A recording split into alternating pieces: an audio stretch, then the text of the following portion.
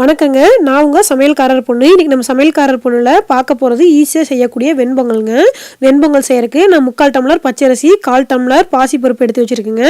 இது 2 டைம் கழிஞ்சிட்டு 1/2 மணி நேரத்துக்கு முன்னாடி ஊற வச்சுட்டேங்க. இப்போ இதை நான் குக்கர்ல போடுறேங்க. 3/4 டம்ளர் அரிசி, 1/4 டம்ளர் பருப்பு, மொத்தம் 1 டம்ளர் கணக்காகுதுங்க. அதுக்கு வந்து நம்ம நார்மலா 2 டம்ளர் தண்ணி ஊற்றுவோம். இது வெண்பொங்கல் நல்லா குழஞ்சி வேகணும்னு காட்டி 2.5லேருந்து 3 டம்ளர் தண்ணி விட்டுக்கலாங்க. இப்போ நான் 3 டம்ளர் தண்ணி விட்டுருக்கேங்க. இதை குக்கரை மூடி வச்சுங்க. ஒரு 8 விசில் விட்டுறலாம். அப்போ தான் பருப்பும் அரிசியும் சேர்ந்து குழஞ்சி வேகுங்க. வெண்பொங்கல் தாளிக்கிறதுக்கு தேவையான பொருள் எடுத்து வச்சுக்கலாங்க. நான் கொஞ்சோண்டு முந்திரி எடுத்து வச்சுருக்கேங்க. கொஞ்சோண்டு இஞ்சி பொடியாக நறுக்கி வச்சுருக்கேன். கொஞ்சோண்டு கொத்தமல்லி தழை, கொஞ்சோண்டு கருவேப்பிலை, 2 பொடியாக நறுக்கி கொடுங்க. 2 பச்சை மிளகாய் எடுத்து வச்சுருக்கேன். ஒரு 1/2 டீஸ்பூனுக்கு சீரகங்க, 1/4 டீஸ்பூனுக்கு மிளகு எடுத்து வச்சுருக்கேன். கொஞ்சோண்டு பெருங்காயம், தேவையான அளவு உப்பு, இவ்வளோதாங்க தேவையான பொருள்.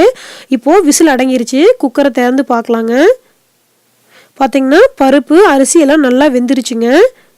இப்போ நம்ம வெண்பொங்கலுக்கு தாளித்து கொட்டிடலாம். நான் அதுக்கு அடுப்பில் ஒரு பேன் வச்சுட்டேங்க. பேன் சூடானதும் அதில் 2 டீஸ்பூனு நெய் விட்டுக்கலாங்க.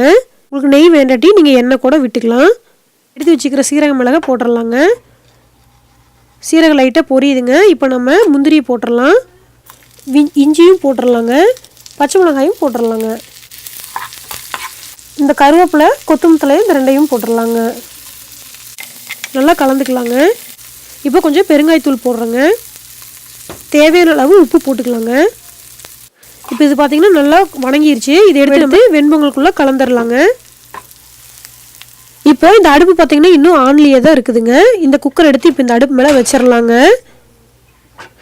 இந்த தாளிச்சு கூட்டின பாத்திரத்தை கொஞ்சம் கழுவி கொஞ்சம் தண்ணி உள்ளே ஊற்றிடலாங்க.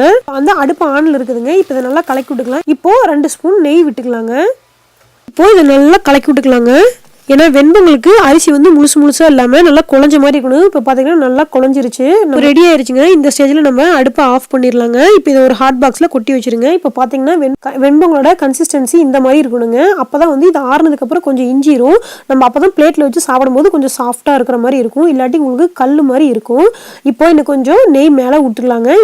இவ்வளோதாங்க, வெண்பொங்கல் ஈஸியாக நம்ம செஞ்சாச்சு. இந்த வெண்பொங்கலை கண்டிப்பாக நீங்களும் உங்கள் வீட்டில் செஞ்சு பாருங்கள். எப்படி இருந்துச்சுன்னு உங்கள் கமெண்ட்ஸ் எனக்கு சொல்லுங்கள். இந்த வீடியோ உங்களுக்கு பிடிச்சிருந்தா சமையல்காரர் பொண்ணுக்கு சப்ஸ்கிரைப் பண்ணுங்கள். நான் இன்னொரு சூப்பரான வீடியோவோட உங்களை சந்திக்கிறேன். தேங்க்யூங்க.